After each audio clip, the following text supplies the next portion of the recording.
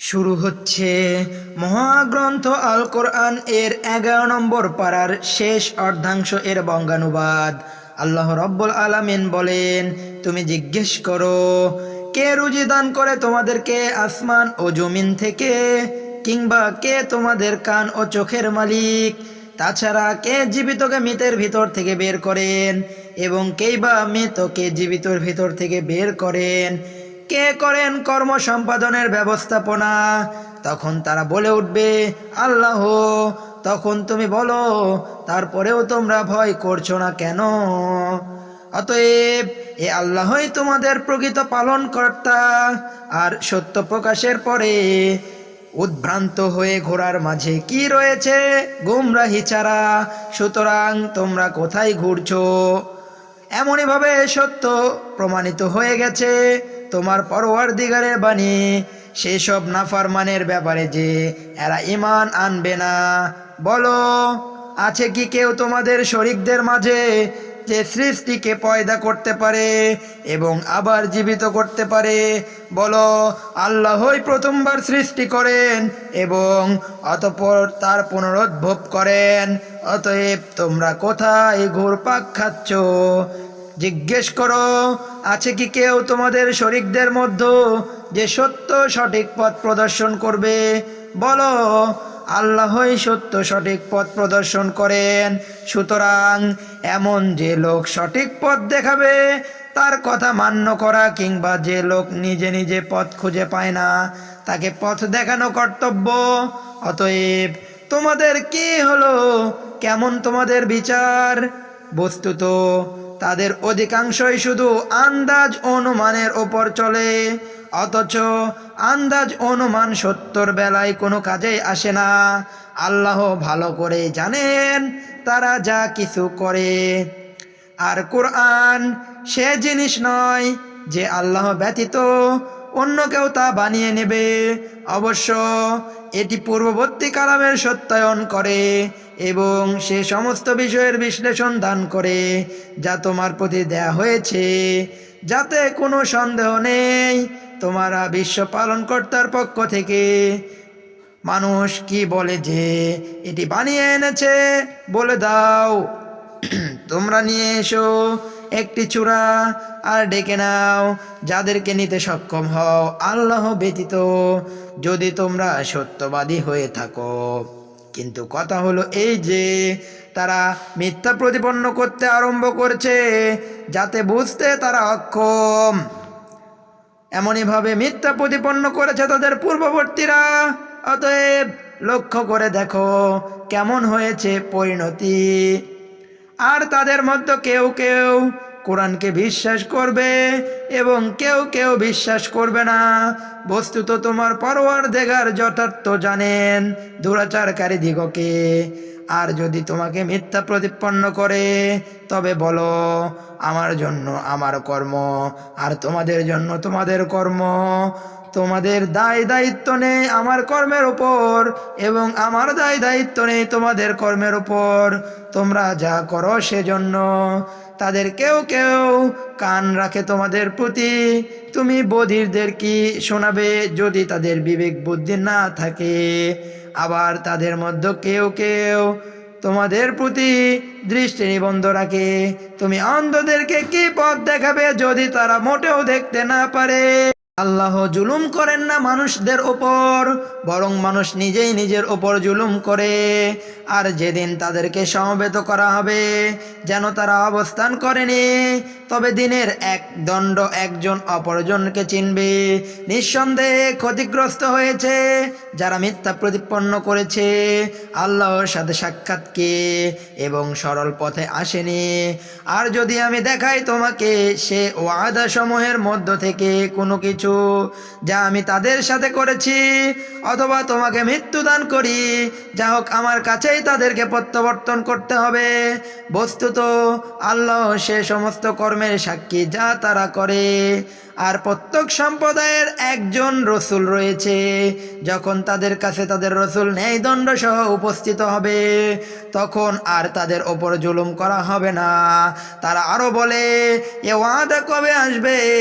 যদি তোমরা সত্যবাদী হয়ে থাকো তুমি বলো, আমি আমার নিজের ক্ষতি কিংবা লাভের মালিক নই।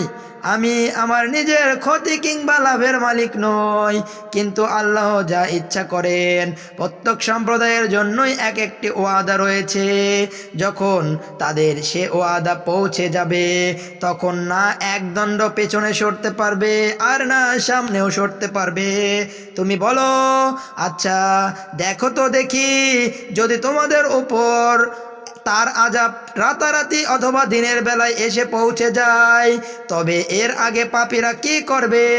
তাহলে কি আযাব সংগঠিত হয়ে যাওয়ার পর এর প্রতি বিশ্বাস করবে? এখন স্বীকার করলে অথচ তোমরা এরই তাগাদা করতে। এরপর বলা হবে, গুনাহগার দিগকে ভোগ করতে থাকো অনন্ত আযাব। তোমরা যা কিছু করতে তাই তার প্রতিফল। আর তোমার কাছে সংবাদ জিজ্ঞেস করে, আর তারা তোমার কাছে সংবাদ জিজ্ঞেস করে, এটা কি সত্য? বলে দাও, অবশ্যই আমার পরওয়ারদিগারের কসম এটা সত্য। আর তোমরা পরিশ্রান্ত করে দিতে পারবে না। বস্তুত যদি প্রত্যেক গুনাহগারের কাছে এত পরিমাণ থাকে যা আছে সমগ্র জমিনের মাঝে, আর অবশ্যই যদি সেগুলো নিজের মুক্তির বিনিময়ে দিতে চাইবে, তার গোপন গোপন অনুতাপ করবে যখন আযাব দেখবে, বস্তুত তাদের জন্য সিদ্ধান্ত হবে ন্যায়সঙ্গত এবং তাদের ওপর জুলুম করা হবে না। শুনে রাখো, যা কিছু রয়েছে আসমান সমূহে ও জমিনে সব আল্লাহর। শুনে রাখো, আল্লাহর প্রতিশ্রুতি সত্য, তবে অনেকেই জানে না। তিনি জীবন ও মৃত্যু দান করেন, তার কাছেই প্রত্যাবর্তন করতে হবে। হে মানবকুল, তোমাদের কাছে উপদেশ বাণী এসেছে তোমাদের পরওয়ারদিগারের পক্ষ থেকে এবং অন্তরের রোগের নিরাময়, হেদায়েত ও রহমত মুসলমানদের জন্য। বলো, আল্লাহর দয়া ও মেহেরবানিতে, সুতরাং এরই প্রতি তাদের সন্তুষ্ট থাকা উচিত। এটি উত্তম সে সমুদয় থেকে যা সঞ্চয় করছো। বলো, আচ্ছা নিজেই লক্ষ্য করে দেখো, যা কিছু আল্লাহ তোমাদের জন্য রিজিক হিসেবে অবতীর্ণ করেছেন তোমরা সেগুলোর মধ্য থেকে কোনটাকে হারাম আর কোনটাকে হালাল সাব্যস্ত করে নিচ্ছ? বলো, তোমাদের কি আল্লাহ নির্দেশ দিয়েছেন নাকি আল্লাহর ওপর অপবাদ আরোপ করছো? আর আল্লাহর প্রতি মিথ্যা অপবাদ আরোপকারীদের কি ধারণা কিয়ামত পর্যন্ত? আল্লাহ তো মানুষের প্রতি অনুগ্রহ করেন, কিন্তু অনেককেই কৃতজ্ঞতা স্বীকার করে না। বস্তুত যে কোনো অবস্থাতেই তুমি থাকো এবং কোরআনের যে কোনো অংশ থেকেই পাঠ করো কিংবা যে কোনো কাজই তোমরা করো, আর আমি তোমাদের নিকটে উপস্থিত থাকি যখন তোমরা তাতে আত্মনিয়োগ করো, আর তোমার পরওয়ারদিগার থেকে গোপন থাকে না একটি কণাও, না জমিনে না আসমানে, না এর চেয়ে ক্ষুদ্র এর চেয়ে বড় এই প্রকৃত কিতাবে নেই, যা এই প্রকৃত কিতাবে নেই। মনে রেখো, যারা আল্লাহর বন্ধু তাদের না কোনো ভয় আছে, না কোনো ভীতি, আর না তারা চিন্তান্বিত হবে। যারা ঈমান এনেছে এবং আল্লাহকে ভয় করতে রয়েছে তাদের জন্য সুসংবাদ পার্থিব জীবনে ও পরকালীন জীবনে। আল্লাহর কথার কখনো হেরফের হয় না, এটাই হলো মহা সফলতা। আর তাদের কথাই দুঃখ নিও না, আসলে সমস্ত ক্ষমতা আল্লাহর, তিনি শ্রবণকারী সর্বজ্ঞ। শোনো, আসমান সমূহে ও জমিনে যা কিছু রয়েছে সব আল্লাহর। আর এরা যারা আল্লাহকে বাদ দিয়ে শরীকদের উপাসনার পেছনে পড়ে আছে তা আসলে কিছুই না, এরা নিজেরই কল্পনার পেছনে পড়ে রয়েছে এবং এছাড়া আর কিছুই নয় যে এরা বুদ্ধি খাটাচ্ছে। তিনি তোমাদের জন্য তৈরি করেছেন রাত, যাতে করে তোমরা তাতে প্রশান্তি লাভ করতে পারো, আর দিন দিয়েছেন দর্শন করার জন্য। নিঃসন্দেহে এতে নিদর্শন রয়েছে সেই সব লোকের জন্য যারা শ্রবণ করে। তারা বলে আল্লাহ পুত্র সাব্যস্ত করেছেন, আল্লাহ পুত্র সাব্যস্ত করেছেন, তিনি পবিত্র অমুখাপেক্ষী। যা কিছু রয়েছে আসমান সমূহে ও জমিনে সব তার, তোমাদের কাছে তার কোনো সনদ নেই। কেন তোমরা আল্লাহর প্রতি মিথ্যা আরোপ করো যার কোনো সনদ তোমাদের কাছে নেই? বলে দাও, যারা এই রূপ করে তারা অব্যাহতি পায় না, পার্থিব জীবনে সামান্যই লাভ। অতঃপর আমার নিকট প্রত্যাবর্তন করতে হবে, যখন আমি তাদেরকে আস্বাদন করাবো কঠিন আযাব তাদেরই প্রকৃত কুফরির বদলাতে।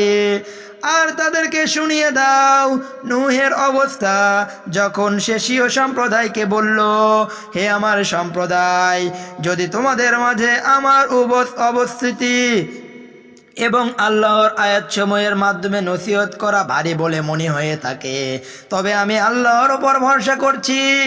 এখন তোমরা সবাই মিলে নিজেদের কর্ম সাব্যস্ত করো এবং এতে তোমাদের শরীকদের সমবেত করে নাও, যাতে তোমাদের মাঝে নিজেদের কাজের ব্যাপারে কোনো সন্দেহ সংশয় না থাকে। অতঃপর আমার সম্পর্কে যা কিছু করার করে ফেলো এবং আমাকে অব্যাহতি দিও না। অতঃপর যদি বিমুখ কথা অবলম্বন করো, তবে আমি তোমাদের কাছে কোনো রকম বিনিময় কামনা করি না, আর বিনিময় হলো আল্লাহর দায়িত্বে। আর আমার প্রতি নির্দেশ রয়েছে যেন আমি আনুগত্য অবলম্বন করি। তারপরও যদি বিমুখতা অবলম্বন করো, তবে আমি তোমাদের কাছে কোনো রকম বিনিময় কামনা করি না, আর বিনিময় হলো আল্লাহর দায়িত্বে। আর আমার প্রতি নির্দেশ রয়েছে যেন আমি আনুগত্য অবলম্বন করি। তারপরও এরা মিথ্যা প্রতিপন্ন করলো। সুতরাং তাকে এবং তার সাথে নৌকায় যারা ছিল তাদেরকে বাঁচিয়ে নিয়েছি আমি, এবং যথাস্থানে আবাদ করেছি, আর তাদেরকে ডুবিয়ে দিয়েছি যারা আমার কথাকে মিথ্যা প্রতিপন্ন করেছে। সুতরাং লক্ষ্য করো কেমন পরিণতি ঘটেছে তাদের, যাদেরকে ভীতি প্রদর্শন করা হয়েছিল। অনন্তর আমি নূহের পরে বহু নবী রাসূল পাঠিয়েছি তাদের সম্প্রদায়ের প্রতি। তারপর তাদের কাছে তারা প্রকাশ্য দলিল প্রমাণ উপস্থাপন করেছে, কিন্তু তাদের দ্বারা এমনটি হয়নি যে ঈমান আনবে সে ব্যাপারে যাকে তারা ইতিপূর্বে মিথ্যা প্রতিপন্ন করেছে। এভাবে আমি মোহর এঁটে দেই সীমালঙ্ঘনকারীদের অন্তর সমূহের ওপর। অতঃপর তাদের পেছনে পাঠিয়েছি আমি মূসা ও হারুনকে ফেরাউন ও তার সর্দারদের প্রতি স্বীয় নির্দেশনাবলী সহকারে। অথচ তারা অহংকার করতে আরম্ভ করেছে, বস্তুত তারা ছিল গুনাহগার। তারপর আমার পক্ষ থেকে যখন তাদের কাছে সত্য বিষয় উপস্থাপিত হয়, তখন বলতে লাগলো, এগুলো তো প্রকাশ্য জাদু। মূসা বলল, সত্যের ব্যাপারে এ কথা বলছো, তা তোমাদের কাছে পৌঁছার পর একই জাদু। অথচ যারা জাদুকর তারা সফল হতে পারে না। তারা বলল, তুমি কি আমাদেরকে সে পথ থেকে ফিরিয়ে দিতে এসেছো যাতে আমরা পেয়েছি আমাদের বাপ দাদাদেরকে, আর যাতে তোমরা দুইজন এদেশের সর্দারি পেয়ে যেতে পারো? আমরা তোমাদের কিছুতেই মানব না। আর ফেরাউন বলল, আমার কাছে নিয়ে এসো সুদক্ষ জাদুকর দিগকে। অতঃপর যখন জাদুকররা এলো, মূসা তাদেরকে বলল, নিক্ষেপ করো, তোমরা যা কিছু নিক্ষেপ করে থাকো। অতঃপর যখন তারা নিক্ষেপ করলো, মূসা বলল, যা কিছু তোমরা এনেছো তা সবই জাদু। এবার আল্লাহ এই সব ভণ্ডুল করে দিচ্ছেন। নিঃসন্দেহে আল্লাহ দুষ্কর্মীকারীদের কর্মকে সুষ্ঠুতা দান করেন না। আল্লাহ সত্যকে সত্য পরিণত করেন স্বীয় নির্দেশে, যদিও পাপীদের তা মনোপুত নয়। আর কেউ ঈমান আনলো না মূসার প্রতি তার কওমের কতিপয় বালক ছাড়া, ফেরাউন ও তার সর্দারদের ভয়ে যে এরা না আবার কোনো বিপদে ফেলে দেয়। ফেরাউন দেশময় কর্তৃত্ব বৃক্ষের শিকড়ে আরোহণ করছিল, আর সে তার হাত ছেড়ে রেখেছিল। আর মূসা বলল, হে আমার সম্প্রদায়, তোমরা যদি আল্লাহর উপর ঈমান এনে থাকো তবে তারই উপর ভরসা করো। যদি তোমরা ফরমাবাদ হয়ে থাকো। তখন তারা বলল, আমরা আল্লাহর উপর ভরসা করেছি। হে আমাদের পালনকর্তা, আমাদের উপর এ জালেম কওমের শক্তি পরীক্ষা করিও না, আর আমাদেরকে অনুগ্রহ করে ছাড়িয়ে দাও এই কাফেরদের কবল থেকে।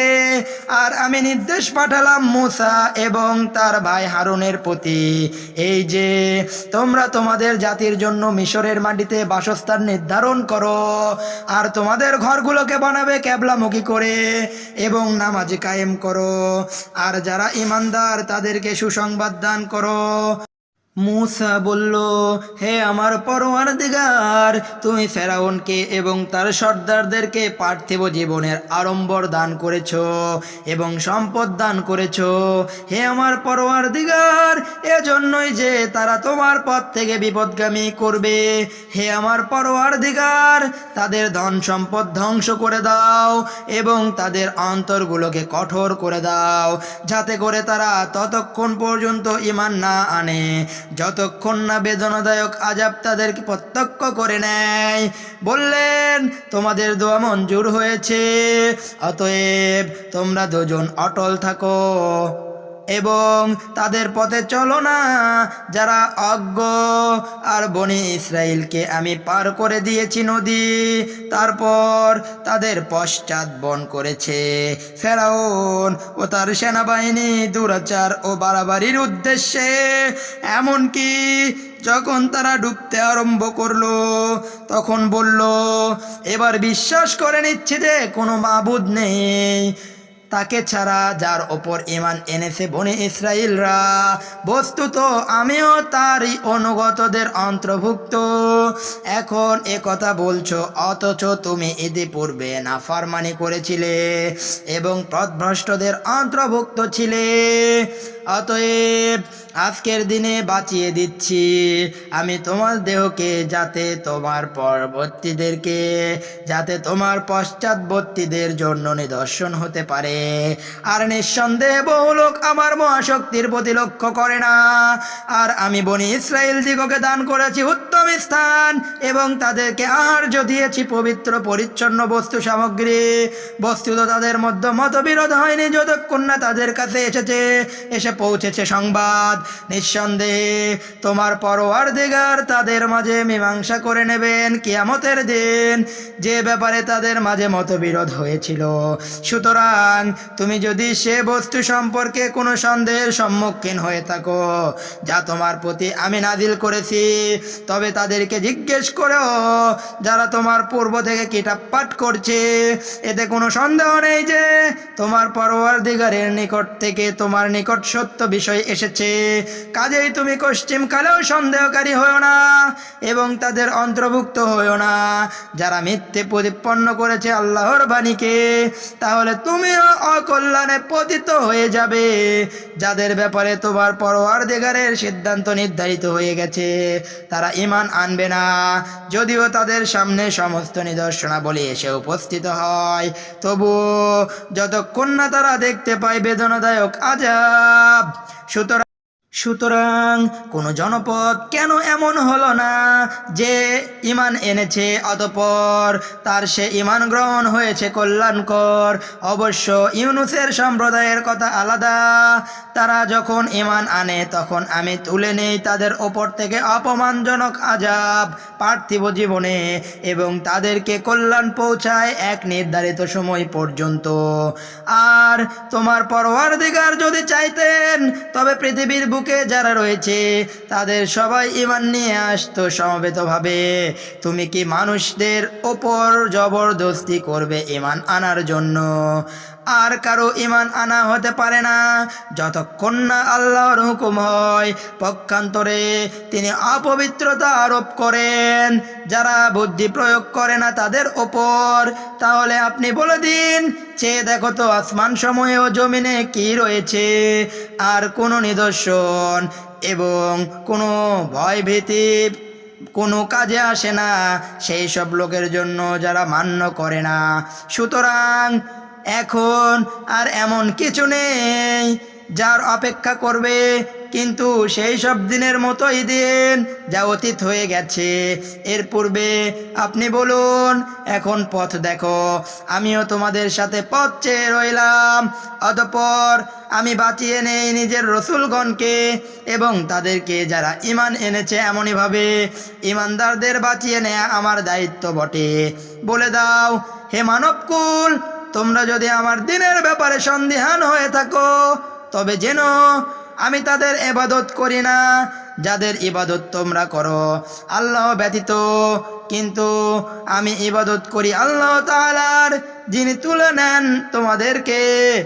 আর আমার প্রতি নির্দেশ হয়েছে যাতে আমি ঈমানদারদের অন্তর্ভুক্ত থাকি, আর যেন সোজা দিনের প্রতি মুখ করি সরল হয়ে, এবং যেন মুশরিকদের অন্তর্ভুক্ত না হই। আরও নির্দেশ রয়েছে, আল্লাহ ব্যতীত এমন কাউকে ডাকবো না যে তোমার ভালো করবে না মন্দও করবে না। বস্তুত তুমি যদি এমন কাজ করো তাহলে তুমিও জালিমদের অন্তর্ভুক্ত হয়ে যাবে। আর আল্লাহ যদি তোমাদের ওপর কোনো কষ্ট আরোপ করেন তাহলে কেউ নেই তা খণ্ডাবার মতো তাকে ছাড়া। পক্ষান্তরে যদি তিনি কিছু অকল্যাণ দান করেন তবে তার মেহেরবাণীকে রহিত করার মতো কেউ নেই। তিনি যার প্রতি অনুগ্রহ দান করতে চান স্বীয় বান্দাদের মধ্যে তাকেই দান করেন। বস্তুত তিনি ক্ষমাশীল দয়ালু। বলে দাও হে মানবকুল, সত্য তোমাদের কাছে পৌঁছে গেছে তোমাদের পরওয়ারদিগারের তরফ থেকে, এমন যে কেউ পথে আসে সে পথ প্রাপ্ত হয় স্বীয় মঙ্গলের জন্য, আর যে বিভ্রান্ত হয়ে ঘুরতে থাকে সে স্বীয় অমঙ্গলের জন্য বিভ্রান্ত অবস্থায় ঘুরতে থাকবে। অনন্তর আমি তোমাদের ওপর অধিকারী নই। আর তুমি চলো সে অনুযায়ী যেমন নির্দেশ আছে তোমার প্রতি, এবং সবর করো যতক্ষণ না ফয়সালা করেন আল্লাহ। বস্তুত তিনি হচ্ছেন সর্বোত্তম ফয়সালাকারী। সূরা হুদ শুরু হচ্ছে। অনুবাদ আল্লাহ রাব্বুল আলামিন বলেন, আলিফ লাম র, এটি এমন এক কিতাব যার আয়াতসমূহ সুপ্রতিষ্ঠিত, অতঃপর সবিস্তারে বর্ণিত এক মহাজ্ঞানী সর্বজ্ঞ সত্তার পক্ষ থেকে, যেন তোমরা আল্লাহ ব্যতীত অন্য কারো বন্দেগী না করো। নিশ্চয় আমি তোমাদের প্রতি তার পক্ষ থেকে সতর্ককারী ও সুসংবাদদাতা। আর তোমরা নিজেদের পালনকর্তার সমীপে ক্ষমা প্রার্থনা করো, অনন্তর তার প্রতি মনোনিবেশ করো, তাহলে তিনি তোমাদেরকে নির্দিষ্ট সময় পর্যন্ত উৎকৃষ্ট জীবন উপকরণ দান করবেন এবং অধিক আমলকারীকে বেশি করে দেবেন। আর যদি তোমরা বিমুখ হতে থাকো তবে আমি তোমাদের ওপর এক মহাদিবসের আযাবের আশঙ্কা করছি। আল্লাহর সান্নিধ্যেই তোমাদেরকে ফিরে যেতে হবে, আর তিনি সব কিছুর ওপর ক্ষমতাবান। জেনে রেখো, নিশ্চয় তারা নিজেদের বক্ষদেশ ঘুরিয়ে দেয় যেন আল্লাহর নিকট হতে লুকাতে পারে। শোনো, তারা কাপড়ে নিজেদেরকে আচ্ছাদিত করে, তিনি তখনও জানেন যা কিছু তারা চুপিসারে বলে আর প্রকাশ্যভাবে বলে। তিনি জানেন যা কিছু অন্তরসমূহে নিহিত রয়েছে। সাদাকাল্লাহুল আযীম। সুবহানাকাল্লাহুম্মা রব্বানা ওয়া বিহামদিকা আশহাদু আন লা ইলাহা ইল্লা আনতা আস্তাগফিরুকা ওয়া আতুবু ইলাইক।